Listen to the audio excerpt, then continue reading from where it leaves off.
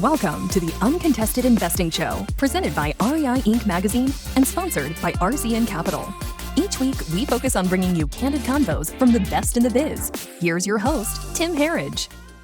Welcome back to Uncontested Investing. I'm Tim Harridge. Thank you so much for swinging back by. Today, we have Dallas Tanner, CEO, founder, co-founder? What about Mr. Co-founder, Invitation Homes. Dallas, thank you for your time. Thanks, man. Good to be here. So, Dallas, when someone reads your name underneath the banner here, they think, oh, public CEO. But your roots in the industry go all the way back 20, 30 years. I don't even know how long. Could you maybe just talk a little bit about kind of what got you into Treehouse and then how that led to Invitation Homes and kind of your history as an investor? Yeah, look, my story is pretty simple. I mean, I grew up in Arizona. Family is a construction kind of trade family. We've built roads there forever. I was not always. I'd say while I was studying, I was drawn more to finance than I was accounting. I couldn't manage a T-chart to save my life, but I love the thinking around financial theory and how money could work for you or against you. That just seemed like a real easy concept to get my head around. And so I connected with a couple guys, Tom Stapley, Marcus Ridgway, and we started a company called Treehouse Group, which is now Treehouse Communities. That company today owns 42,000 manufactured housing sites across, call it 25 states. And that company is still run by Tom and some other guys out of Phoenix. It's had a couple of mergers. So we got our beak wet in property management by getting into manufactured housing. And I'm a big believer that whenever you do something for the first time, if you can kind of do it side by side with your operating team or kind of figure things out yourself, you get a lot smarter and you can avoid risks down the road. So with Treehouse, we built the property management team before we ever had one unit. And it was, me, Marcus, Tom, a receptionist, a field manager that was going to collect the rent. And then when we went out and bought our first property, we did everything. I mean, we scheduled the maintenance visits. We did kind of a little bit of everything. That taught us, how it's a simple business, but it has a lot of moving parts, as you know. And so Treehouse was really the precursor. We got pretty active. We raised 20, 30 million bucks in the early 2000s. We bought, 10 or 12 deals around manufactured housing, only in Phoenix. And then the CMBS crisis was kind of starting in 2007, and you started seeing a bunch of busted apartment deals coming through the auctions, and banks were trying to sell distressed notes on apartments. So we started to actually buy apartments and complexes. We bought about 700 or 800 doors, and our model there was, on the mobiles, it was to buy and hold forever. Really safe investment, similar model to what you've done. We want to own this stuff forever, and here we are 20 years later, we still own manufactured housing. The apartments was a little different play. It was more like, let's buy it, let's go put 5,000 or 10,000 a door into these units, let's get them out of a distressed state and into a better operating state, and then we were going to sell those units. And then you get to like 2009 and 10, we've got multi-family, we had manufactured housing, and the housing market is completely upside down. And Arizona was probably one of the worst 3 markets in the country for foreclosure. And nobody's buying housing. Nobody can. And the only reason we got initially into single-family rental, which is what became Invitation Homes, ultimately, was on one of our mobile home sites. We had a house that faced a major arterial road. And this house was dilapidated. Nobody lived in it for 10 years probably. We took 15 or 20,000 bucks, kind of cleaned up this little 2-bedroom home. And all we did was put a sign in front of it that said home for rent with a phone number for our leasing agent. And we probably got 75 calls a day. And this was in 2008, end of 2008. And we thought, okay, hold on. And it made sense because in this area, it was Chandler, Arizona, you had all these neighborhoods that were 50% foreclosure and bank owned and chain link fences around everything. And yet people were dying for a house to live in, but they couldn't qualify to buy, and nobody was leasing in scale. And a lot of that inventory, for more or less, was off the market because people had owned it and lost it to banks. Realtors couldn't even keep up with what was and the asset managers was some guy in New York or some other part of the world that really had no clue what was happening day to day in the marketplace, nor did they have the ability to be nimble and move quick. So that first house led us to start buying homes in 2009, just in Phoenix. we bought about, I don't know, 700 or 800 homes between 9 and 10 for rental. And we probably did a buy, fix, and sell approach on another 300 or 400. And we, you fast forward to the end of 11, now we've got, 1,200 manufactured housing sites. We still had about 500, 600 apartment doors that we were keeping in our portfolio. And we had about 800 single family rentals. So we had 3,000 families more or less paying us rent in Phoenix. And we were their professional management company. And that was when I knew we kind of had a moment, and we had all kinds of inbounds, and we weren't anything special. I mean, you've seen guys like us now are not a dime a dozen, but you see good operators out there that have, a couple thousand units they own or manage. And, but we had a lot of inbounds from real capital saying, hey, could you guys replicate what you've done in Phoenix across 4 or 5 markets? And could you do it to scale? And that is what became Invitation Homes. We ultimately partnered with Blackstone, who typically doesn't do startups, but they could see a need in housing. And we partnered with us and a bunch of different local operators in some of these markets. And I spent the first 2 years trying to find and recruit people that had experience like we did, that could help us, particularly in parts of the country that had been hit hard. Tampa, Orlando, Charlotte, Atlanta. Not Dallas. Not Dallas, because Dallas didn't have the distress. And it's funny, now that I live here, I've been here 7 years, but we started Invitation Homes in 2012, and we bought 30,000 homes one by one over an 18-month period. And ultimately, that company grew to about 50,000 homes. And when we took the business public in 17, I moved out here at the beginning of 2016 to help get the business ready for its IPO. You were the chief investment officer at that time. Yeah, I was a co-founder, and I was really over, how do you build the business and how do you find the right what's our thinking around real estate? And how do we measure return and risk? And what does the customer want? And how do we make sure that we're, buying the right product? And so that was my role as a partner. And then I came out here to help stabilize the business and make sure it was ready for, prime time, so to speak. And everything went according to plan. What we didn't anticipate was 4 months after our IPO in February of 17, we started talking to another competitor about bringing our two businesses together. And that was Starwood Colony Starwood Homes. And that they were a combination of 3 other ventures. And then Waypoint, then Starwood, then Colony, right? So Invitation Homes today is really not the company we built. We set it out to be. We're a combination of like 5 different companies in terms of their real estate. We've sort of kept our DNA and our operating structure as the way to run the business. But after we did that merger, pretty quickly I was asked to stay on and run the business. And I was 37, and we had an amazing business with about 80,000 homes. And I never viewed myself as a public company CEO, and I think you know that.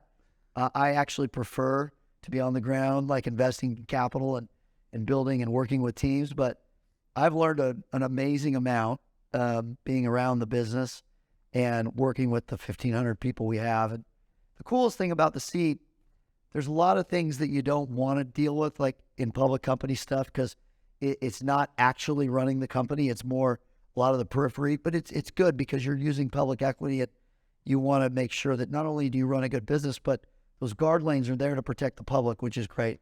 What I miss is the grassroots, like being on the ground and talking to the contractors and building those relationships. I unfortunately spend my time with bankers in Washington, D.C. and employees, which I love.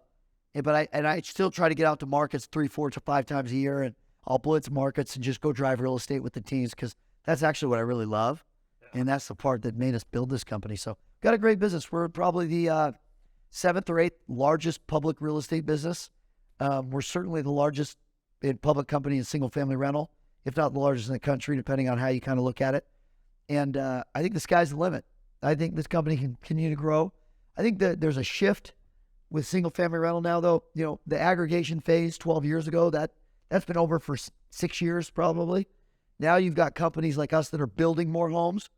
And we, last year, this time we probably were, 1,200 homes in our pipeline that we're building. Now we're closer to like 2,500, working with a variety of different public and private builders and just trying to find ways to invest in good product, because the country needs more supply. Well, I want to talk in just a minute. There's a couple things I want to discuss with you that I think would really help the audience one is building a good culture and team, which is something I stepped through the doors of Invitation Homes the first time in September of 2013, and I always noticed there was something different.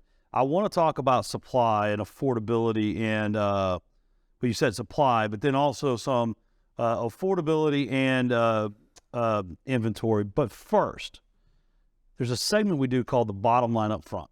Okay. And we like to cut this out and provide it for our customer base. A lot of them are probably in that first phase of when you stuck that first sign in that yard and you were like, okay, there's a business here. And so take up to 2 minutes, just speak to the audience. We're in interesting times, crazy times, nothing like it ever was, I don't think, in 08 or 09. But take up to 2 minutes, things they should be focused on, things they should be avoiding, maybe things that they need to always remember. Just kind of the best 2 minutes of advice Dallas Tanner has to the real estate investors out there. Yeah, I mean, You got it? yeah, I'm ready. All right, I'm going to say go. Okay. Go. So I'd say my, general advice to anyone that's investing in real estate, particularly residential, I always anchor in on location. And, you can make a lot of mistakes chasing yield. And, we've talked about this. Location matters. I think at the end of the day, too, know your segment. So if you're investing in single family or investing in apartments, try not to be the perfect solution for everything. Try to be the perfect solution for a particular segment that you want to focus in on, because then you'll build your expertise. And then, so that would be like, location would be how I think about product. Segment would be how I think about customer. And then lastly, I would say capital structure is everything. You're never going to predict the market perfectly in terms of your cost of equity or your cost of debt and how you think about things. But I err on the side of being lowly levered. There's no interest in having so much leverage that you can't enjoy what you're doing in terms of watching how the product matures or how the home continues to get better and better over time from a returns perspective, or how your apartment building operates or behaves fiscally. I do think you have to be disciplined there. And it's real easy to chase an opportunity and say, well, if I can leverage it 80%, and I got news for you, at least in today's environment, that world, we've been in a decade of really cheap money. That it's not going to be that way for a while. And this might be the new norm where, it costs you 6, 7, 8% to borrow money as a real estate investor. So we need to be disciplined. And I think that as long as you're disciplined and you don't ever compromise location, you can always change a product type. You can never change a location. So you can upgrade, you can improve whatever you're investing in from a real estate perspective. But you're never going to be able to change what corner you're on or what, street you might be operating on. And so that matters. And then I'd pay attention as kind of a side to that I would always focus on sort of the regulatory environment and the market you're in, which goes back to segment, but it also goes back to product and your quality. If you're in housing, guess what? It's always going to be a little bit of a spicy conversation around rent controls and HOAs and things like that. And that's just part of being in that business. So you need to underwrite that risk. If you're in office, you're going to face the ebbs and flows of the economy and things like that. So I think just thinking about those things and keeping it really simple. Real estate can be a really simple business, and we can overcomplicate it as operators. That's my 2 minutes. So let's dive straight into affordability. It's just crippling the housing market right now. And with interest rates kind of, I'd say, running away, because they're still cheaper than when I got into the business and when you got into the business, but it's a shift. Yeah. I was listening to Bloomberg this morning. 80% of commercial real estate is financed by regional and community banks. The paper's held there. Right. And so we've got so much of that going on. Which caves first, supply or demand right now? What do you think? Which caves first? Yeah, I mean, I just feel like the demand is bubbling over. There's something like 4.8 million millennials that are now hitting 30. Yeah. That's the prime buying age. They've got to have somewhere to live. No, we have a major supply problem in this country from a housing perspective. And so you guys are partnering with builders to build homes. We have a national partnership with Pulte that we've announced. We work with a number of other builders, and we'll come in and pay to help develop and build some of those communities. And As part of that, we also want to get under the hood and figure out if we can create communities that are balanced between, sometimes it's ownership, sometimes it's rental, sometimes it's both in these master plans. And I think you know this, and I think your listeners know this. The reality is, like, people don't care. And going back to your question around what caves first, I don't see demand caving. I think demand stays elevated. I think supply is our issue, which also exacerbates the demand issues. And if you're just being honest about where we are, if you go back to the GFC, the Great Financial Crisis, we had a major overbuilding going into that, and we had incredibly hot money in the system. People could get a first, a second. A guy could be going to college. I know people that did this. They went to college. They're finishing their junior year of college, and they just bought a $260,000 home in Gilbert, Arizona. With no money down. Didn't have a job. No money, no stated income loans. It's like, what? Like, okay, whenever you see stuff like that, you know that the other side of that sugar rush is going to hurt. Right. And that happened. And I think if you were a builder or a bank from 2008 to 12, those were hard 3 to 4 years. You got hammered. You had a bunch of notes come due. You had attorney general settlements. I mean, you were dealing with so much distress in your system, your people. So what have banks and what have builders done the last 10 years? They've been careful. Builders have half the debt on their balance sheets that they had then. They're much smarter about how much risk they're willing to take. So what you've seen happen over the next decade, basically, there's different numbers out there. I think if you're being realistic, you probably have underbuilt by 2 million units. Not 3 to 4 is my view. I think it's more like 1.5 million to 2 million units. And what's going to happen right now? We've got credit moving the other way. People are going to sit back and be really careful about how much risk they're willing to take on. And if I'm a builder right now, I have very little debt on my balance sheet. There's plenty of demand to your point. I'm not going to overdo it because there's uncertainty out there. So it's going to create additional supply challenges. So if you own real estate in housing, you're probably in a really great spot if you're properly located. And if you're a builder, you're really measured about how much risk you're willing to take on. And if you're a bank right now, how can you even underwrite credit in an environment where rates are changing so quickly? And that's what's hard for bankers is they need some level of predictability in how to price their money. And there's been zero predictability in the last 12 months outside of it getting more and more expensive. So it is going to put pressure on existing notes and people that are out there in sectors that don't have the same demand that we have in housing, office being one of them, most likely. So we're going to take a quick break and we'll come back, and I want to talk about features in these communities. Stick around. We'll be right back. Are you looking for fast funding for your next fix and flip? What about leverage for your next long-term rental or vacation rental?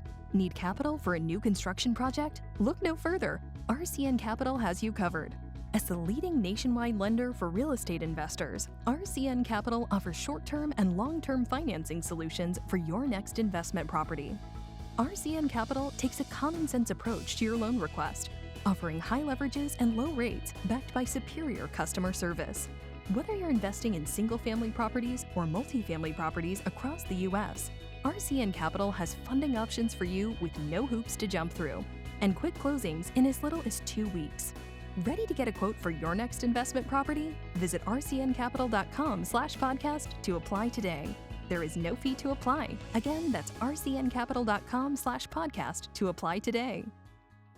Welcome back to Uncontested Investing. I'm here with Dallas Tanner. Dallas, let's go straight in. You were mentioning some of these master plan communities that you've partnered with Pulte on developing, and how it's some are all rental, some are all homeowner, some are a mixed. What type of so I have these nieces and nephews in their late 20s, early 30s. It's very confusing. They make great money. Conventional wisdom, buy a house. Oh no. They're leasing. The renters by choice versus by necessity has been something I've just found fascinating. Could you talk about things that it doesn't even have to be invitation, things that you see in the marketplace that landlords are doing to make that customer experience better? Like, what do these people want in their houses? Yeah. No, you nailed it. Like, people want choice and flexibility. Even in our own portfolio, 2/3 of our customers could own a home if they wanted to. And 25% of our move-outs every year move into home ownership. So there's this natural kind of, symbiotic balance that happens with people. And like, I've rented a home. I mean, when my wife and I first married, we rented. And that was what we needed and what we wanted. The shift that you're talking about is real. And we see it in our customers who have really great income levels. Average customer in our portfolio today makes about $140,000 on a combined basis. Clearly could go afford a home if they wanted to, and they choose to lease for a variety of reasons. And the younger demographic is the most interesting one because they want flexibility. They'd rather spend money on travel, or they want to invest in different ways. They want to buy stock in Apple and Lululemon and Nike and all these companies they like, and they want a dividend versus maybe a dividend paying through equity and owning a home over time. And by the way, the other thing that it's an old narrative, people still want to buy homes. The homeownership rate in this country is like 66% right now. It's as healthy and as happy as homeownership should be. But there is a shifting demographic that's like, hey, I'm good. When I want to be in a home because I'm making decisions later in life, I'm getting married later, I'm having kids later. I've done the city thing where I lived with all my friends and we had fun, and then maybe they settle down and they get that job somewhere, it moves them to Nashville or Tampa or a market like that. And they say, I don't want to buy. Why would I buy? I don't want to be stuck to anything. Like, I'm going to live somewhere for 3 years. And then if we think we'll be here for a long time, then maybe we'll put roots down. But they're not going to do that till they have a couple of kids and they're making decisions about schools. And that's all getting delayed. So they're choosing cool communities that have pickleball courts and pool and tennis, and maybe there's gyms. And you're starting to see that not only be thought of at the master plan level, but you're actually seeing builders do it with the build-to-rent strategies that are out there, making it have a little bit more apartment-esque kind of amenities. And those are what I would call kind of the full-scale build-to-rent communities. And you got to be honest about what build-to-rent is. The way we do build-to-rent, it would look like any other neighborhood in the country for the most part. Single-family, detached homes, you wouldn't know if somebody owned that home or leased it. And there are people that are doing hybrids of that feel more like garden-style apartments and a little more, and that's okay. That's a different segment. We're trying to tailor what we're building generally to a customer that wants between 1,800 and 3,000 square feet. And they need the yard. They want the 2 or 3 car garage. Like, they want a big kitchen with, a great room concept because they're going to live there. And they're staying with us now almost in their 4th year on average. When we look at it, literally every quarter since we started this business, our average length of stay has continued to creep longer and longer. And in California, it's getting closer to 5 years. And people just aren't moving. They like the leasing lifestyle. They like the flexibility. Yes, we are under pressure from a rent perspective like everybody else, but the reality is the market's moving, and it's settling down too. It's just what it is. So I think people want choice, and it's an old narrative. Especially, I spend a lot of time working with political parties on both sides to help them understand what we're seeing in housing. Because we are very good. We're not the thermostat. We don't create the heat or the cooling, but we're a good thermometer of what's going on. And because we have a decent sample size across 88,000 homes. And I would tell you, like, there is Decent sample size. well, relative to the 47 million households that rent something. Right. They're pretty small. But I would say, like, when you get a feel for what's going on with the customer, they have more cash right now than they've ever had still, which is kind of interesting. And they want more choice and flexibility. We survey 70,000 times a year. Like, we know what the customer wants. We renew at 80% because they like the business and they like the housing prospect that we offer. And the ancillary services, like we offer filter, we'll drop ship you your filters every 90 days. We're going to give you smart home, smart thermostats and control on your phone. We're going to give you video doorbell, safety and security. We're going to do things, we're experimenting now with bundled services around, can we help people get cheaper internet? Can we drive down your internet cost by $20 a month? People like that. Because if you can use this concept around scale, you can actually help drive down costs in other categories for folks. Well, that's just, because as a smaller flipper landlord type guy, trying to figure out the technology and like how to get it into these houses. Once you get past, putting a Ring doorbell on, it gets pretty wild. But when you can actually bring in a supplier, a national vendor to like tell them what you want and just put, I know you're not pushing a button, but in essence, push a button and put it in, right? But you have some pricing power. Oh, yeah. And you can certainly drive down the cost and quality of the home that somebody, listen, if somebody wants to go buy a $400,000 home, how much of a down payment do you need today? Probably at least $60,000, probably $50,000, $60,000. Yeah. And if you want the best with PMI and everything else, it's $80,000. Right. A lot of people don't have $50,000 to $80,000 to put down on a home that's got close coordination with transportation, schools, jobs.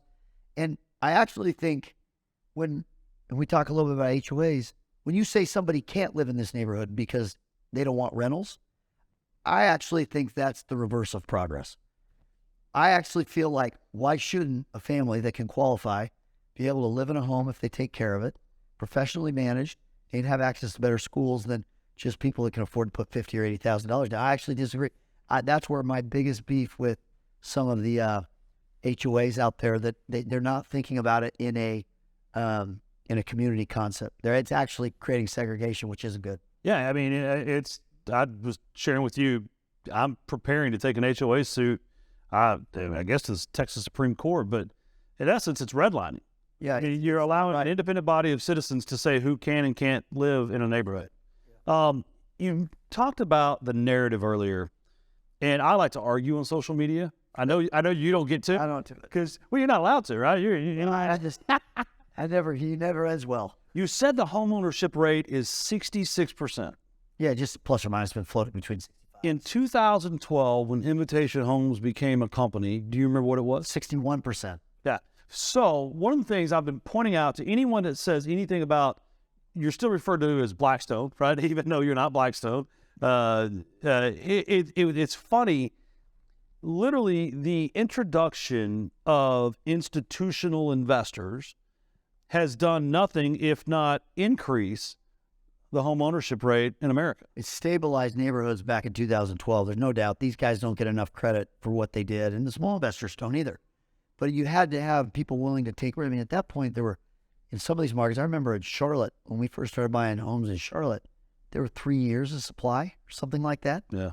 Of what was considered normal supply, 3 years. And yeah, we need more supply today, but it's not. There's the top 50 companies in the country might own 400,000 homes out of 18 million single family rentals. It's less than 3%. So it's still a 97% mom and pop landlord business, people that listen to your podcast and people that are at a lot of the conferences you all attend. I think what you pointed out earlier is the right focus is, when professional companies can get scale and do it the right way, what actually happens is it lifts the quality of standards. And so the mom and pop investor will pay attention to things that an Invitation Homes or an American Homes for Rent or a Tricon Capital is doing. And they'll go, whoa, I should put in smart technology. And by the way, these companies, we're all investing in them. We've invested in 30, 40 companies to try to help incubate new ideas around housing that we hope become not only available to us, but to the average homeowner or the average landlord. And so what it will actually do is what happened in multifamily. Multifamily was the same way in the 70s, really fractured.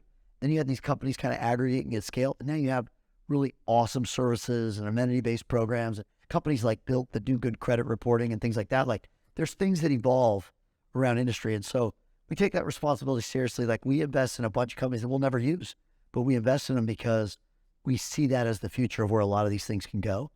And it's also got a good ESG component, like, water valves, things like that, monitoring things that we have. How do we drive down energy costs? We're spending a ton of time right now on, especially in states like Texas where energy is deregulated.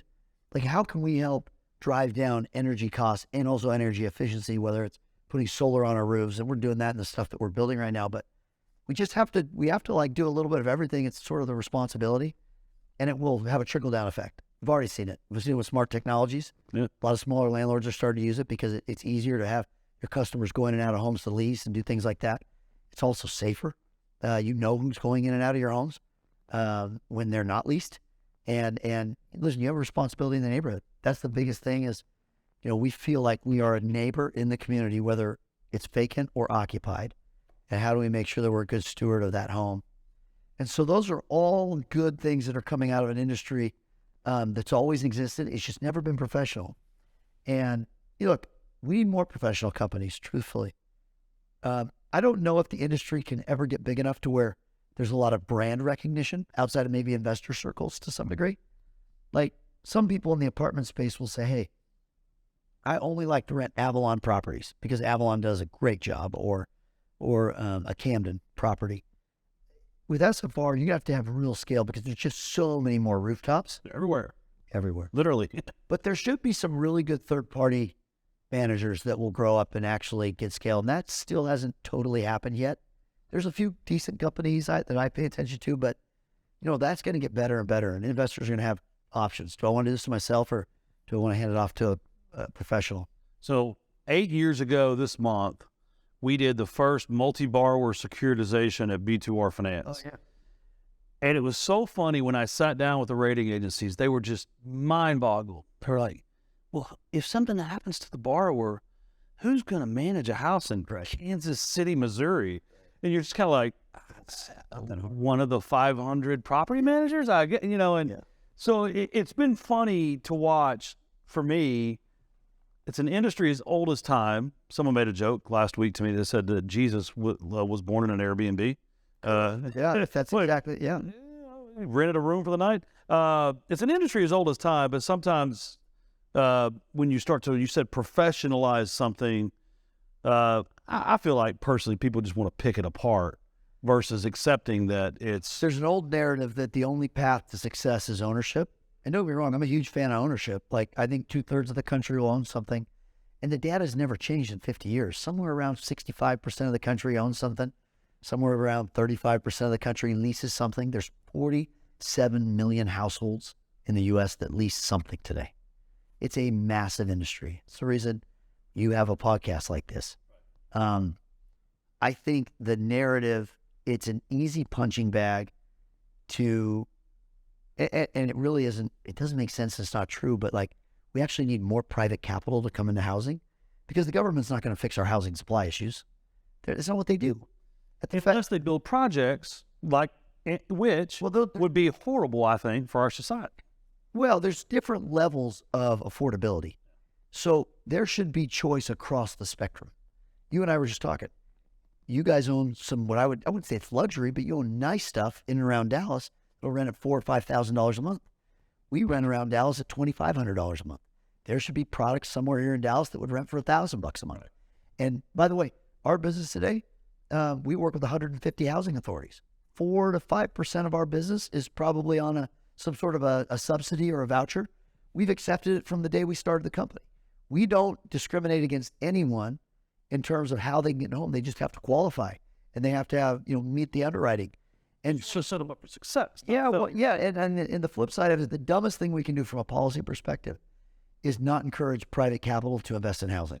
Because, look, and I just came out a couple of days in Washington, D.C. I spent time with a lot of names y'all would know, educating and spending time helping them understand what our industry does and what we don't do. And when you look at the math, you spend 30 seconds on it or something, oh, you guys are like a micro fraction. Yes. But what we need, and this is what I keep telling everyone, is we need the narrative at D.C. and also at the state and the local levels to be pro-housing, pro-development. And this is where really the issues aren't federal. That's where the biggest noise comes from. But the issues are local because you get the city councilman or the mayor that doesn't know what they're afraid of or what they want to support. And so you don't encourage P&Z boards and planning and zoning function to move things through. And we need more supply in the country. Right. We're butting up against real supply issues, and the government's not going to come with a check to build more single-family homes. Private capital will, home builders will, but we can probably influence at the federal level maybe policy that helps it, encourage local level politics to be more pro-growth. But I mean, a lot of these markets, you see it in California, you see it in parts of Washington, you see it in, definitely in parts of the Northeast of the country. Like, it's so hard to build a new home. We've been trying to build a home with Pulte in Corona, California, and they've been in P&Z for 3 years. And we're just getting through it. And you would just wonder, why? Why, when we know that place is starved for new housing product and we're willing to write the check to build it, why don't we, try to encourage some of this more? So, look, the reality is it's never going to fix itself overnight. We just all have to keep being active and keep communicating it in a positive way. Negativity never works. And that's my message with everyone I talk to on the legislative side. We need positive rhetoric around pro-development policy because our industry is going to be about building homes for the next decade. That's what our industry is going to be about. I'm going to pause right there, take a break, going to come right back. Stick around. REI Inc. is a monthly business publication for real estate investors, covering all types of real estate investments and strategies. It is the most comprehensive real estate investment publication on the market. All of the articles are written by the top leaders in the industry, so investors are assured of always getting the best information possible. Each month, REI Inc. also profiles the top companies in the industry and provides insights and data into key regional markets. Along with their sister platforms, the REI Referral Network and Highest Invest, real estate investors have exclusive access to off-market investment opportunities and national acquisition and disposition initiatives. To learn more, visit www.rei-inc.com, where you can also access the REI Referral Network. Also, be sure and visit www.highest-and-vest.com to view the latest exclusive off-market assets with near immediate acceptance decisions and closing strategies. You can also email marketing@rei-referralnetwork.com to request more information. Welcome back to Uncontested Investing. I'm here with Dallas Tanner. Dallas, it's time for the Money Minute. You have 60 seconds to motivate or inspire someone that's listening. It's the only 60 seconds of advice they're going to get all month. You ready? Yeah. Go.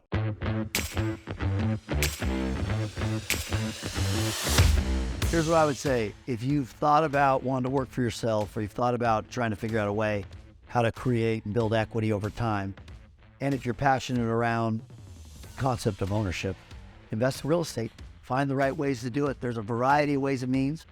And I think what's really cool is with the way, podcasts like this, or you can get lost in YouTube watching stuff on how to invest in real estate, and you can do nothing for 6 months but just get smart and start to really, figure out where your own thinking is.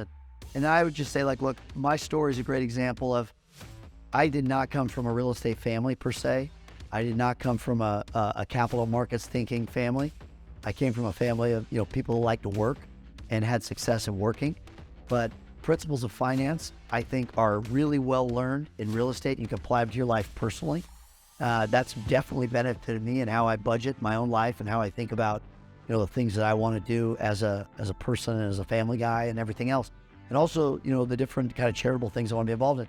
Real estate has let me do that. And the other great thing about real estate, if you get really good at it, it can give you a lot of flexibility with your schedule, which is nice. And I personally don't have that right now, but that's the best part about it. So I could go on with you for hours, but I do want to kind of spend the next 3 or 4 minutes talking about something you just said. Negativity is not the answer. Never. I get so upset with property managers that sell fear as a way of getting clients, like as investors. What are you going to do when the tenant calls you at the middle of the night with a broken toilet? I'm like, well, number one, if people break a toilet, they don't call you in the middle of the night. They wait till the next morning and blame it on their kids. But how can we as an industry work together? I've got the local level. That's who our people are. How can we at the local level help improve the industry so that we have a better future? Genuine care. It's one of our core values at the very local level. And we talk about this with our management teams. And look, we have close to 13,000 homes in the Atlanta market alone.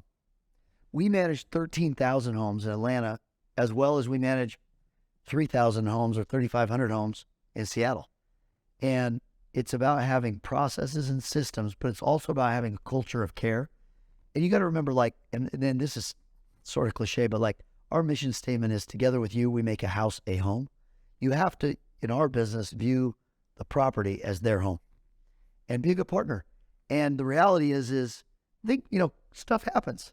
With 88,000 homes or 86,000 homes in our portfolio, if 1% of my homes have a major malfunction with a water heater or an HVAC, that's 800, that's 2 to 3 times a day I have a major issue in our portfolio, which is sort of weird to think about.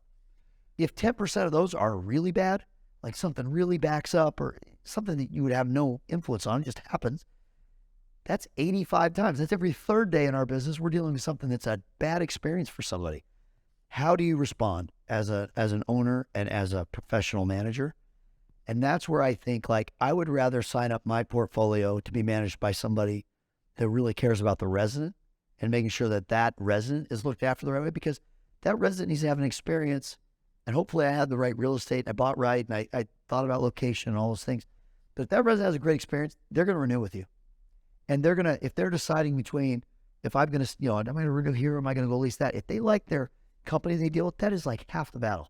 I use 5 or 6 apps on my phone, like religion. I use Uber. I might use DoorDash. I'll use my banking app, right? And why do I use them? Because they're the 5 or 6 I've found that are the easiest to use over and over. And they make my life easier.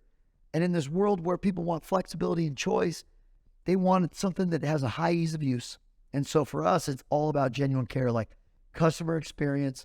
And we're not perfect. We make mistakes sometimes, but we are absolutely motivated on like doing it really well.